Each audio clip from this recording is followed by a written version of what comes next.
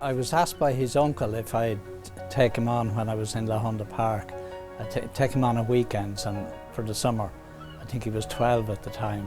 Sure, he arrived anyway. He was probably about 6.5 stone at that stage.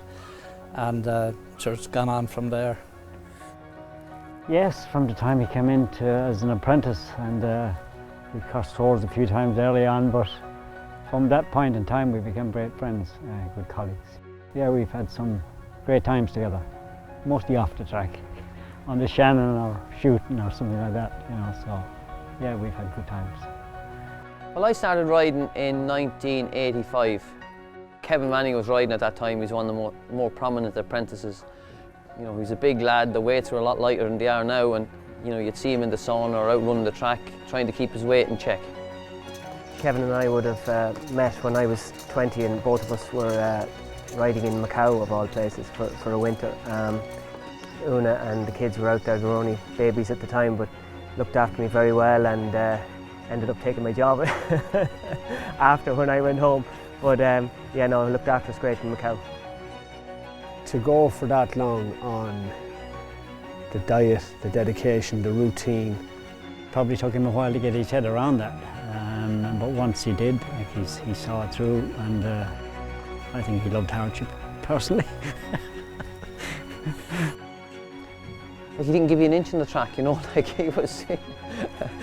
I think the lads used to call him keep in a bit, because there was no way Kevin Manning was going to run 3-4 wide around a bend. He was always mooching in.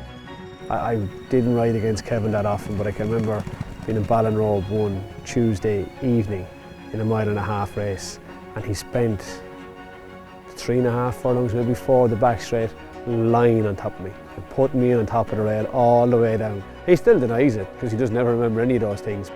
I was very surprised when somebody dug up the statistic of his Group 1 winners, 35 of them. I wasn't even sure that I had even trained that number, but for him to ride 35 Group 1 winners was a big achievement from a middle-of-the-road stable.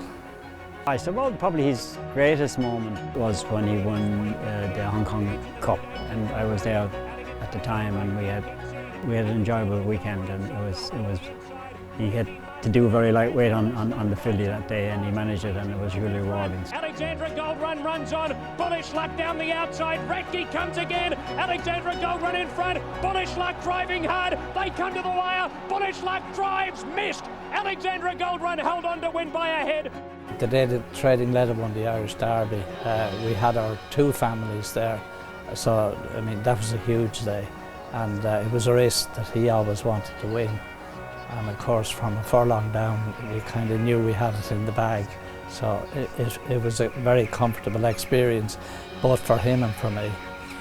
They were a marvellous team, and you knew if you got upsides Kevin Manning a furlong down on one of Jim Bulger's, it was going to be a tough struggle. Because, you know, they were fit, Kevin knew them well, he rode them extremely well. Kevin has gone out in his own terms and had a fantastic career. Like, he can't have any regrets. But new approach, keeping going all the way out to the line, will see it out and win the Vodafone Derby. His retirement was never discussed until I heard about it from Galway. I had a feeling that like nothing lasts forever anyway. So I'm glad for him that he made the decision. He seems to be very happy with it, and he got out all in the one piece. Kevin would give the appearance as he's very, very dedicated, but he also liked to enjoy himself too, you know, and a great man on the hunting field, on horseback, and to shoulder a gun as well. So yeah, no, he was a super fellow, and wish him all the best in his retirement and his next career. Well, I met him the other day and I says, well, you know, enjoy the couple of months you're going to have. He'll have to do something. He's a worker. He won't be able to play golf. There's only so much shooting he can do. He'll have to do something because he's a worker, and he'll need to be doing something. And I think he's made for training. Everybody's going to say the same things about Kevin: the application, dedication, the ability, manners, professionalism.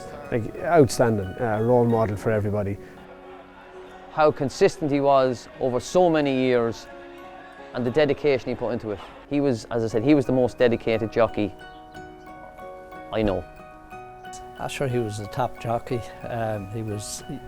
He was very strong in a finish, and he always seemed to be in the right place, and he was thoroughly reliable.